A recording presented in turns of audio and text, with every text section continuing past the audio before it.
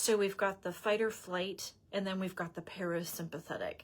So what happens to us when we're not really running down a street, dodging into traffic? I hope not anyway.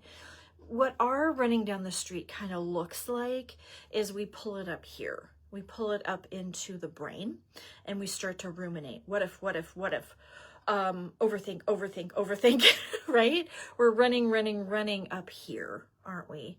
And it's triggering, and it's hard to get out of that. It's hard to be in that space, right? Because think of how exhausting it is to have that anxious tone going on and that sympathetic nervous system being just flared up.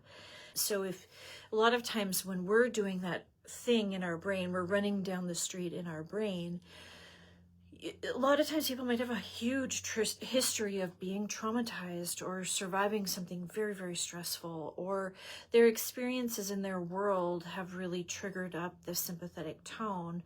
And that means that they still might be learning how to trust this world or learning how to calm the system down. But right now it's just not there yet, you know? And so what happens is if you were to say to somebody who is like, say, overthinking, let's say a friend comes to you and they're just in this state of analysis paralysis, or they're in this state of fear, or they're in this state of overthinking, we kind of go into fix-it mode, right? Because it's hard to see somebody in a state of pain and we want to do something to get them out of that. So we're like, try this, try that, you know, go see this person, go see that person. You know what I mean? We're trying to offer up solutions, but really as human beings, it's really nice to just, I see how scared you are. You know, it's just nice to sit in that moment of fear and realize that that's okay. Like, you can still be scared and okay.